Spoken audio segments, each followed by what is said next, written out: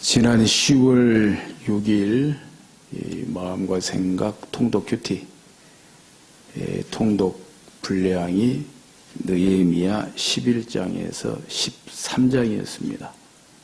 따라서 오늘 느헤미야 11장에서 13장까지의 말씀을 통으로 정리해서 오늘 이 말씀을 전하는 가운데 은혜를 받고자 합니다. 첫째, 느헤미야는 기도로 시작해서 기도로 끝난 사람입니다. 그렇죠? 느헤미야 1장에 느헤미야의 기도로 시작하잖아요. 금식 기도로 시작하잖아요. 예루살렘 성벽이 다 황폐하고 황무하다는 그 소식을 듣고 금식 기도로 시작해서 13장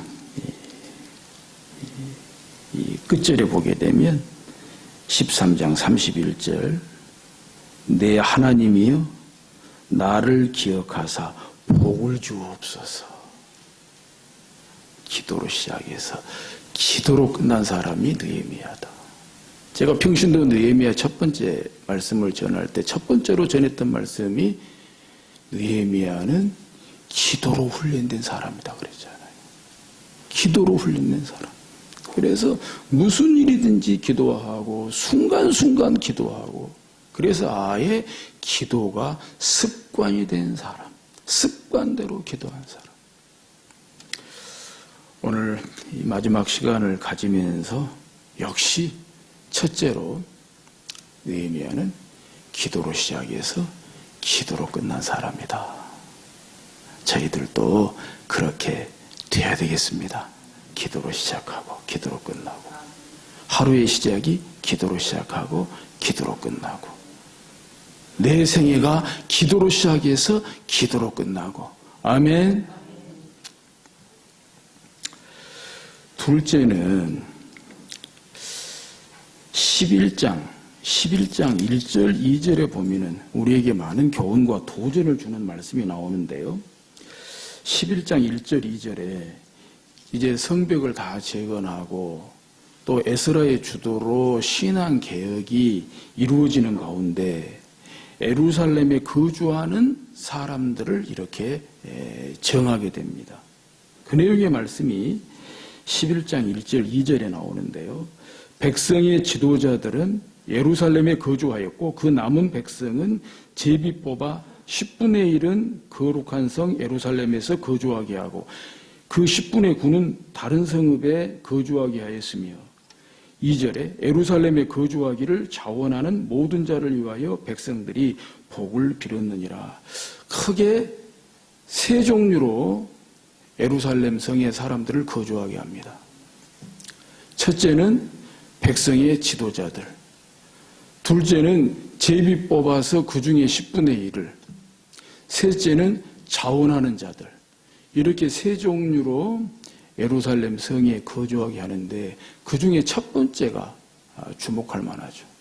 그 첫 번째가 뭡니까? 백성의 지도자들은 예루살렘에 거주하였고 뭐죠? 두 번째, 세 번째는 제비를 뽑든지 자원하든지 그러잖아요. 그런데 첫 번째는 백성의 지도자들은 예루살렘에 거주하였고 지도자들은 당연히 예루살렘에 거주하도록 했다는 것입니다. 예루살렘이 남유다의 수도라고 하니까 거기에 굉장히 무슨 혜택이 있고 특권이 있는 것 같지만은 적어도 이 당시는 아니잖아요.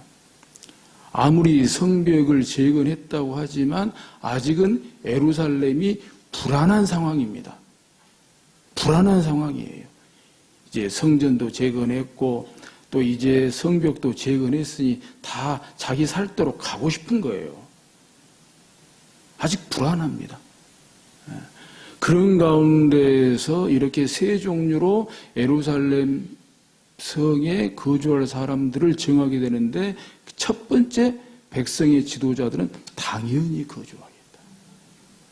당연히 예루살렘 성에 거주하면서 예루살렘 성을 지켜야 된다는 것이죠. 이런 점에서 교회의 지도자들로서나 또 나라의 지도자들로서나 정말 지도자들이 어떤 책임감을 가지고 교회를 지켜야 되고 나라를 지켜야 되는가라고 하는 면에 있어서 많은 교훈과 도전을 추구했다고 보겠습니다. 특별히 교회의 직분자라고 할 때, 교회 중직자라고 할 때 중직자는 마땅히 교회의 자리를 채워야 됩니다. 교회의 자리를 채우는 데서부터 교회를 지키는 것이고 그리고 교회를 섬기는 것이고 교회를 세우는 것이다라고 하는 것입니다. 왜 중직자입니까? 중직. 직분이 무겁다는 거예요. 직분이 무겁다. 직분이 무겁다는 말씀이 무슨 말씀입니까? 그만큼 책임감이 있어야 된다는 거예요. 책임감. 교회 모든 일에 신앙생활의 5대 기둥을 말함에 있어서 예배생활, 기도생활, 말씀생활, 헌금생활, 신앙생활 5대 기둥에 있어서 중직자들은 그 책임감이 무겁다는 거예요. 근데 무거운 만큼 맡은 책임을 통하여 맡은 직분을 통하여 하나님께 영광을 돌리게 되는 거죠. 하나님께서 영광을 받으시는 거죠. 아니 그 영광이라는 말이 히브리어로 카보드거든요. 카보드. 근데 카보드 영광의 그 원래 뜻이 무겁다는 뜻이에요. 무겁다는 뜻입니다. 바라기는 사랑하고 존경하는 중직자 여러분, 중직자가 구체적으로 굳이 제가 금행하지 않아도 되겠죠? 사랑하고 존경하는 중직자 여러분, 정말 책임감 있게 맡은 직분의 그 무거운 그런 책임감으로 교회 자리를 지켜주시고 교회 자리를 채워주시고 그래서 하나님께서 영광 받으실 수 있기를 주의 이름으로 축복합니다. 셋째 13장 가운데 보면은요 아주 막 살떨리는 그런 내용들이 나옵니다. 느헤미야가 정말 대단해요. 정말 어금니 꽉 깨물고 막 이런 개혁들을 단행한 것 같거든요. 먼저 13장 그 4절 이하에 보면은 이제 느헤미야가 유다의 총독으로 와서 성벽 52일 만에 재건하고 12년 동안 그 임기를 다 채웠어요. 그리고 이제 페르시아로 돌아갔거든요. 이게 페르시아로 돌아가고 느헤미야가 없는 사이에 또 막 문제들이 생기게 된 거예요. 그 중에 한 가지가 뭐냐면은 도비야, 잘 알 도비야. 성벽 재건을 반대했던 주동자 가운데 하나가 암몬 사람 도비야잖아요.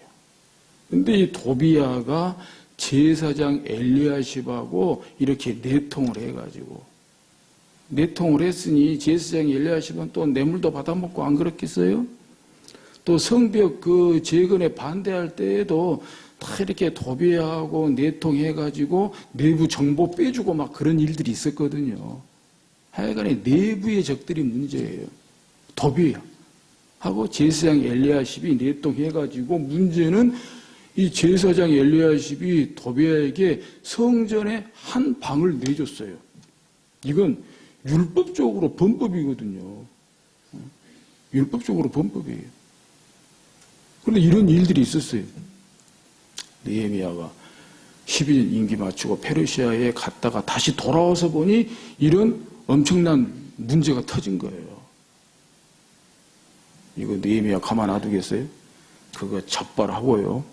도비야 쫓아내고 그 성전 방에 그 도비야의 새가 다 밖에 내던져 버렸어요.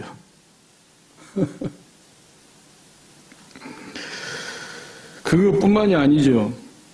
10절 이하에 보면 13장 10절 이하에 보면은 또 그 사이에 레위 사람들이 도망가 버렸어요. 레위 사람들이 어떤 사람들이에요? 이 성전 봉사자들 아니에요. 근데 레위인들이 다 도망가 버렸어요. 사사시대에도 이런 일들이 있었죠. 레위인들이 뿔뿔이 흩어졌잖아요. 근데 그 이유가 뭐냐? 백성들이 11조를 안 바쳐요. 근데 레위인들은 백성들이 받던 11조 가운데에서 이렇게 생계를 유지하잖아요. 그러니까 먹고 살 길이 막막하니까 생계 유지가 안 되니까 먹고 살 길을 찾아서 그냥 다 도망가 버린 거예요. 그래서 또 느헤미야가 도망간 레위인들 다 데려다가 제자리에 또 앉혔어요. 그리고는 민장들을 꾸짖어가지고 어떻게 이런 일이 있냐? 11조 다 바치게 했어요. 사랑하는 여러분, 저는 여러분들이 혹 11조 안 바친다고 해도 도망가지는 않을게요.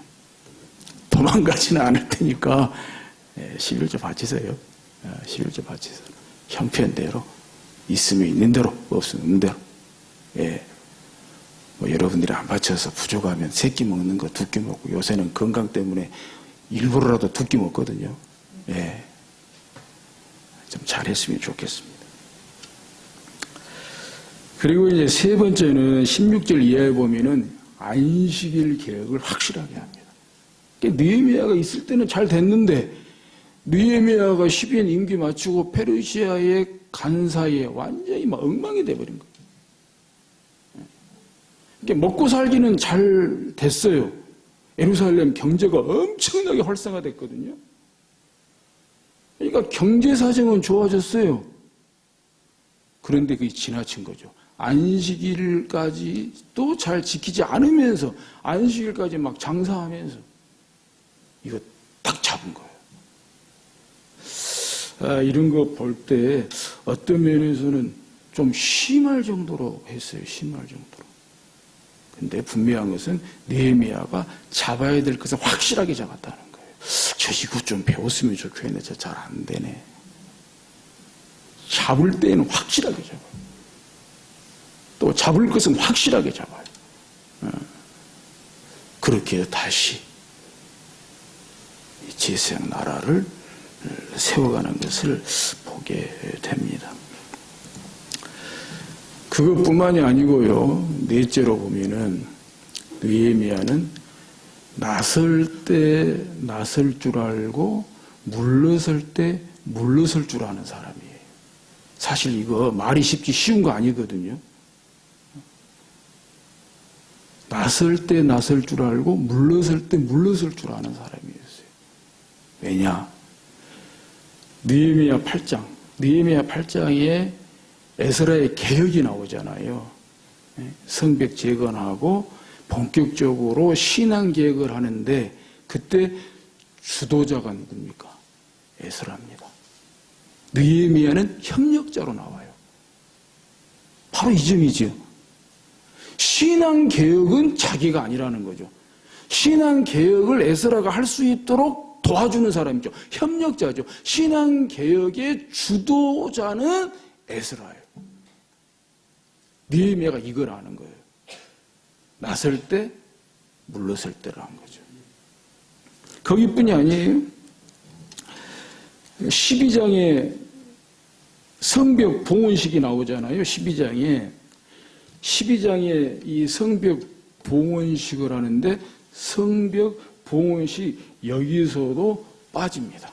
말 그대로 봉헌식 하나님께 바치는 거잖아요. 제사장들이 주도하도록 합니다.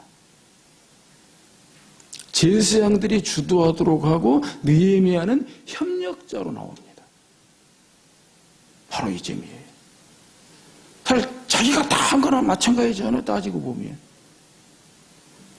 신앙개혁을 할 때나 이렇게 봉헌식을 할 때나 여기서 내가 물러설 때가 언젠가 이걸 알았다는 거죠. 참 대단합니다. 마지막 다섯 번째, 어떤 면에서는 느헤미야를 전체적으로 정리할 수 있는 그런 말씀이 되기도 하겠는데요. 느헤미야는 자기가 살 길을 선택하지 않고 자기 나라 백성들이 살 길을 선택했다는 거예요. 자기가 살 길을 선택하지 않고 자기 민족이 살 길을 선택했다는 거예요. 그래서 페르시아의 술 맡은 관원의 그 고위 관직도 흔쾌히 내려놓을 수 있었어요.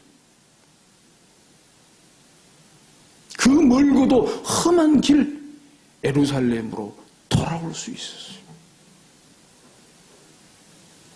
어떤 반대와 방해와 위험과 위협이 있을지라도 기도하면서 자기가 살 길을 선택하지 않고 자기 백성들의 살 길을 선택하고 자기 민족이 살 길을 선택했다는 것입니다. 그래서 결국 느헤미야도 산 거 아니에요. 그래서 결국 느헤미야도 산 거죠. 오고 오는 이스라엘 역사 속에, 오고 오는 성경의 구원사적 역사 속에 느헤미야 그 이름이 보석처럼 빛나고 별처럼 빛나지 않겠습니까?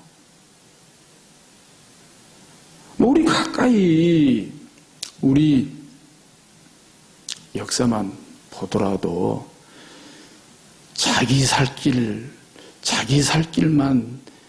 선택하고 자기 살 길만 챙기는 사람치고 솔직히 잘된 거 못 봤는데요. 자기 살 길보다는 다른 사람이 살 길, 자기 살 길보다는 교회가 살 길, 자기 살 길보다는 주님의 길, 십자가의 길, 결국 그 사람이 살더라고요. 느헤미야를 통해서 보나 저나 여러분들을 돌아보나 이건 확실한 진리다. 그래서 주님도 말씀하시잖아요. 자기 목숨을 잃고자 하면 얻을 것이고 자기 목숨을 얻고자 하면 잃을 것이다. 이걸 어떻게 조선시대 때 이순신 장군은 알았는지 임진왜란 때 사즉생, 생즉사, 죽고자 하면 살 것이요 살고자 하면 죽을 것이다.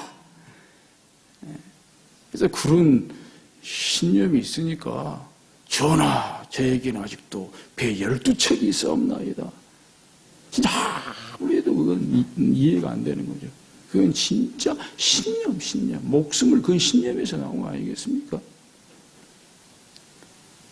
우리 느헤미야 같이 그렇게 됐으면 좋겠어요. 뭐든지 가정사도 그러고 교회사도 그러고 모든 일에 있어서 내가 살 길을 선택하기보다는 다른 사람이 살 길, 진짜 우리나라가 살 길, 이거 택했으면 좋겠다 그런 생각이 들어집니다. 이렇게 볼 때 이번 다니엘 기도에 그 간증하신 분 가운데 그 간증 설교 제목 중에 하나가 네버엔딩 스토리, 네버엔딩 스토리. 이야기가 끝나지 않아. 진짜 느헤미야의 이야기는 네버엔딩 스토리예요. 네버엔딩 스토리.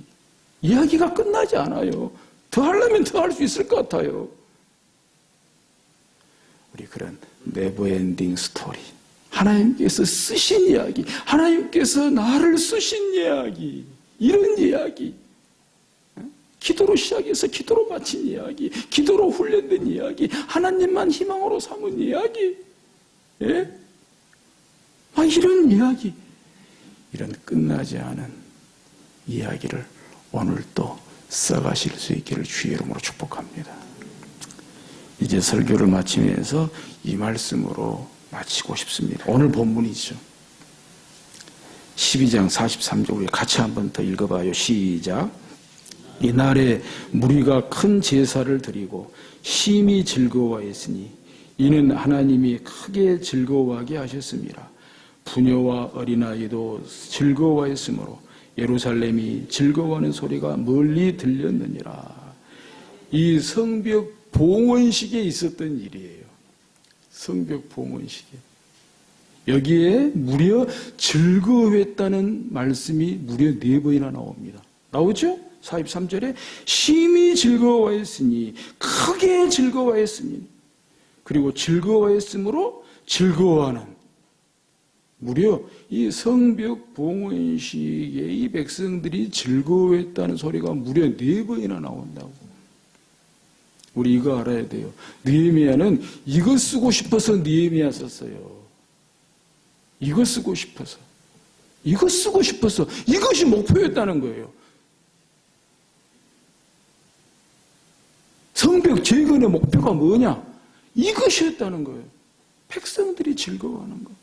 성벽에서 평안하고 즐거워하고 하나님께서 즐거워하게 하시고 이것이 느헤미야의 최종 목표였다는 것입니다.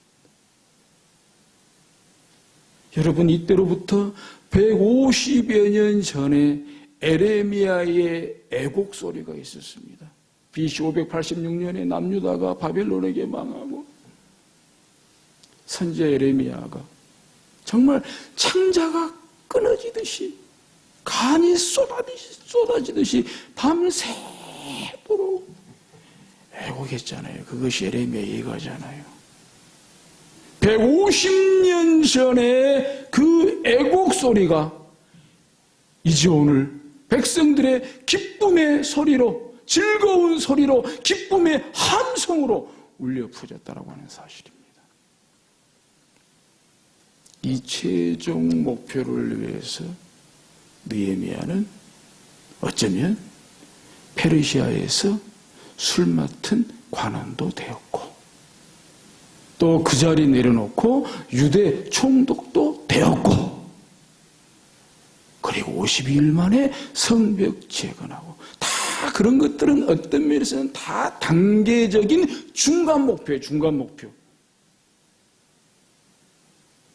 이번 목요일에 우리 수험생 자녀들 수능 보지만 그 수능도 중간 목표예요.